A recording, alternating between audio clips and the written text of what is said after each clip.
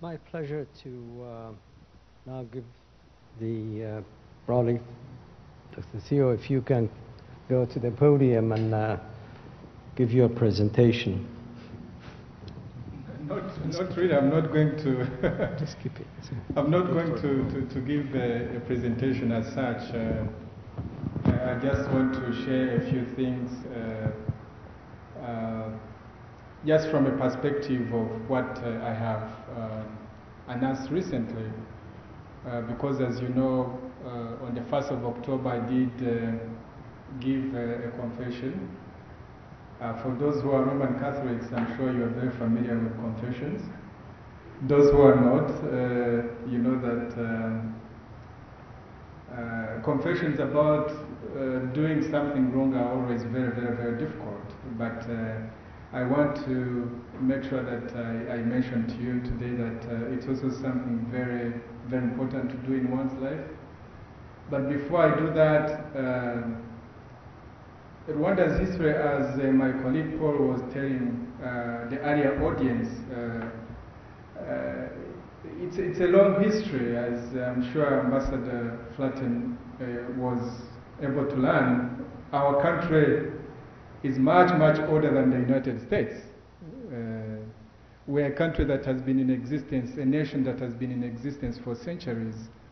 At the end of the 1800s, we became colonized by the Germans when the imperial powers were trying to capture territory for various reasons in Africa. Then, at the end of the First World War, we exchanged hands into the Belgian authorities' hands. Then, 1962, we became formally independent from Belgium. And since that time, as my colleague was trying to explain to you, even though we've been nominally independent from colonial powers, we've not managed our affairs very well.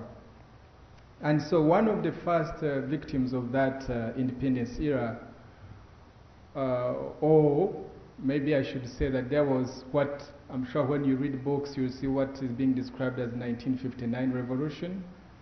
And that is the period when power exchanged hands from Tutsi kings into the hands of a Hutu elite. That's what really happened at the time of 1959 revolution.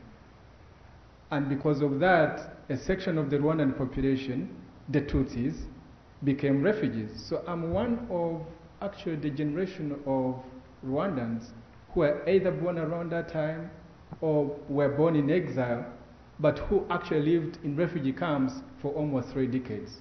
In fact, I did live in a refugee camp until we took up arms against the government of the day in 1990. I say that also to show you later on that for now, as we speak, whereas from 1959 to 1990 or 1994, the refugees were Tutsis. Now from 1994 up to now as we speak, the refugees are now Hutu. And that's a very important point to note, and it's very much related to the program of reconciliation. And so I have been a refugee, as I've said, and I became a rebel soldier, and my organization was able to capture state power in 1990. But we captured state power at a very, very expensive price.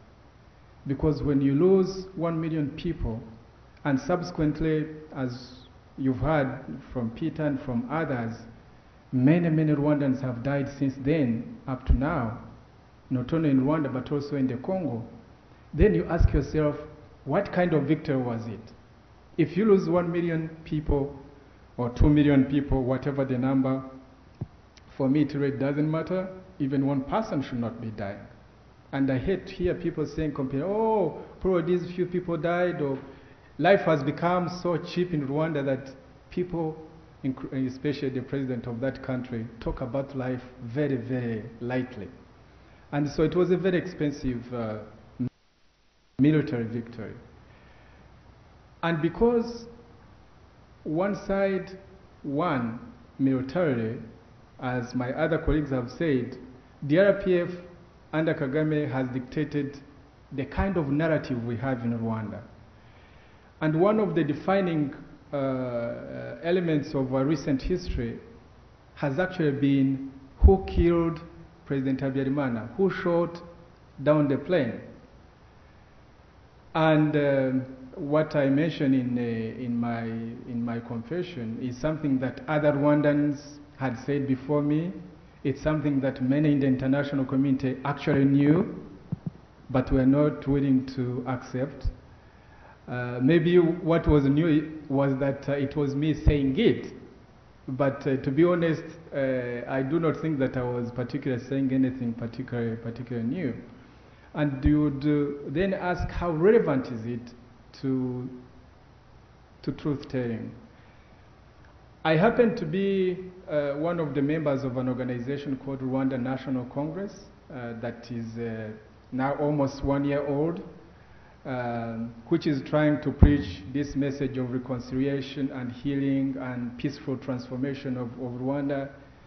And when we've gone to Rwandans across the ethnic divide, the Hutus and Tutsis, here in America, in Canada, in Europe, and everywhere we've gone, always, without exception, people always ask me or ask my colleagues, who actually killed President Habyarimana? And it always put me in a very difficult situation, because on the one hand, I knew the truth of who actually did it, but on the other, I had not actually crossed the threshold of fear to say, actually, I know who did it, and this is the guy who did it. Because I have known this for many years, and it's only recent on the 1st of October. And I had to do it because of the theme of today, which is, can we as Rwandans begin to talk to each other first and foremost, even without playing to the gallery? Because very often when foreigners are watching, like the gentlemen and ladies who are, I think gentlemen who are asking questions, most likely these are people from that Kagame sends from all over America. He pays for their tickets, he pays for their hotels, to appear wherever Paul is so that they can be disruptive, to be where I speak so that they can be disruptive. And sometimes I joke about it, I say, guys, you're so lucky because you're in America where you have the luxury of being able to speak your mind and you won't be penalized for it. Because if you are in Rwanda and you say the kind of things that I or Peter or Paul or any other Rwandan would like to speak about whatever is going in the country, you pay a heavy price, and sometimes the price is your life. Why I like this whole, why I'm very much interested in this whole issue of truth-telling, is that, as you know, while I was in government, the likes of Peter wouldn't be my friend. No, because Peter, in academic circles or as you know how universities are, professors actually are normally, and the students are normally encouraged to be heretics, to say things that are so crazy that everybody asks the question, why is this guy doing this? And so the likes of Peter, who said things, and his sister keep on things. When I was in the government, I would say, why is this guy saying things of this nature? Like, let me give you just 2 examples. Like on the question of genocide, which question the other fellows were asking. I believe that it was a genocide of the Tutsis. I believe that an event like that one was planned. But when I talk to Peter and he encourages me to think, he says, there is evidence that shows that actually maybe there wasn't planning. I don't shut my mind and say, no, Peter, don't even go there. I don't want to listen to that. Or when he says the RPF was being supported by the Pentagon and the Americans to make sure that it's strong and wins, because I was part of the leadership of the RPF, I say, Peter, I disagree with you on that point, but I'm open-minded. You can convince me. Then he says, I can show you the evidence. The problem with Rwanda is that we've closed our, and it's not simply Rwandans who have that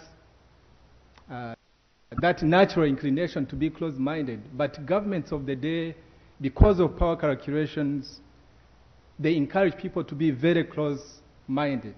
And they don't want to be open-minded to telling each other truth, so that we can begin to see our history as a shared history of the good and the bad. Because that's what history is all about. Even for you Americans, when you look into your past, the 200 years of your history, what do you see? You see stains. You see stains of slavery. You see stains of the Civil War. You see stains of how, Americans abroad have not always been the magnanimous superpower that we would like to believe it is.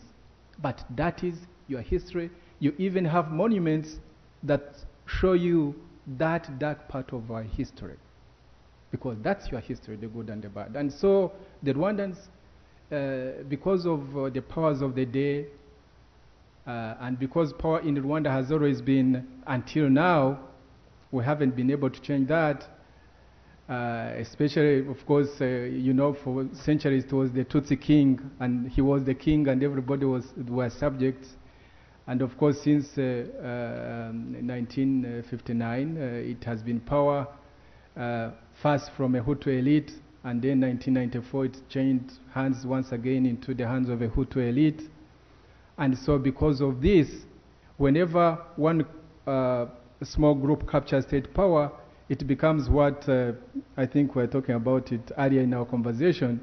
It's the winner takes it all. Or in economics, what people have called the zero-sum game. When I capture power, I must make sure that the other side suffers. And the other side either dies or is banished into exile or learns to live like a second-class citizen. And because of that, therefore, the powers of the day do not encourage people to be open-minded to telling each other truth, so that we as Hutus and Tutsis can begin to live together as Rwandans and try to imagine another future in which we can be equal before the law, we can have equal justice, and so on and so forth. So that's like something to introduce really the subject. And it occurs to me that there are 4 questions which I want to encourage us to think about. I won't give the answers because I think about them, I have opinions about them. The first challenge that we have in Rwanda is, for this and future generations, especially for us now, is, can really Rwandans imagine a process in which the acquisition of power and maintenance of power is not through the violent path? Because until now, we are yet to figure out smart Rwandans who are very innovators, who can imagine an experiment like other societies. Maybe I won't give an example of America, because even the American democratic experience is work in progress. Every democratic experience is work in progress. It's never finished. But I always imagine, is it possible for Rwanda to imagine that people can come to power and maintain power, not through the violent path, but through a peaceful path? That's what Paul and myself and other Rwandans are beginning to preach to Rwandans. And we've discovered that actually that is a it's a very difficult message, it's a difficult proposal, but we are discovering that Rwandans are very much interested in it, and that gives us hope. So that's the first challenge. Can we reimagine the process of power that is through peaceful change rather than violent and revolutionary change? That's one. Number 2, is it possible to create power structures in Rwanda in which the Hutus and Tutsis and the Twas can actually feel, yes, that's where we belong. Yes, this is our government. Yes, these are our institutions. For a long time, as we've said, power was about the Tutsi kings. And you know how monarchical governments, monarchical institutions operate. I won't even spend much time on that. Or even how colonial governments operate. I won't spend time on that. But since 1959 to date, we've had governments in which either Hutus can feel, this is, even when the majority of the Hutus are marginalized, if there is a Hutu president and the power in Rwanda is very much centralized, it's in the hands, in the past it was in the hands of the king, and then of course in the hands of a president, whether Hutu or Tutsi. And so even when people are marginalized, they still feel, actually this is our president, he's a Hutu president. Of course I see it these days, and it's kind of interesting, because when you talk about power in Rwanda today, and you tell the Tutsis, by the way, I happen to be a Tutsi. Maybe I should have mentioned that in the very beginning, whatever that means. If that's important to you, you should know that. Because my mother told me so. I don't see how else you could be able to figure out whether I'm Tutsi. I'm sure if I had asked you, some of you would have said I'm a Hutu, others would have said I'm a Tutsi. It doesn't matter. I'm Rwandan first, and secondarily, if I'm interested on a good day, I will say, yes, I'm a Tutsi. But to me, that's very, very much secondary. But I think the idea that people in Rwanda should be able to look at themselves into the powers that there are in Rwanda is very important, so that we don't go through these cycles of saying this is a Hutu government, this is a Tutsi government, but this is a government that represents all the people. So how do we democratize the institutions in Rwanda so that they represent everybody and they protect everybody, instead of being seen as an institution or the rule of one man? Because for now, what we think. The third thing is about truth, which is the subject of today. I won't spend much of the time, but can we really use truth-telling amongst ourselves as a tool or as a mechanism? 1959 up to 2011, there is not a single family in Rwanda that has not been affected by the tragedy of Rwanda. Not a single family, whether Hutu or Twa or Tutsi. All of us, I'm always quick to point it out, we are like a sick nation. We're a sick nation that is in need of healing. And so I believe that I happen also to be a medical doctor, and I was taught when I was in medical school that when a patient approaches you, if the patient has an insight into how his condition, especially patients who have mental illness, but it applies to every patient, if they have an insight into their condition, you are able to work with this patient on the treatment. But if they do not know their condition, it becomes extremely difficult for this doctor to treat you, because you don't have really an insight into your condition. So I believe that we have to, Rwanda as a people, we have to look at ourselves in the mirror and look at the blemishes on our faces, the stains on our faces, the stains in our history, how we've wronged each other, but how at the same time we have a shared history, and how we have a common present, and how we have to reimagine a future that belongs to all of us. So that can only take place if we can be truthful to each other. And lastly, it's not a topic that we want to get involved in, but it's also about the well-being, the total well-being of Rwandans in general, that this has to be a shared well-being. In terms of socio-economic development, you've heard many times in Rwanda these days, especially in international circles in America, the United Nations, in Britain, how Rwanda is such a wonderful place. The streets are paved. They have even, by the way, since you were last there, Ambassador Flatten, they have even planted palm trees. I understand, I haven't been there for a while. There are palm trees all the way from the international airport to... So and most foreigners will never go beyond Kigali, the capital city.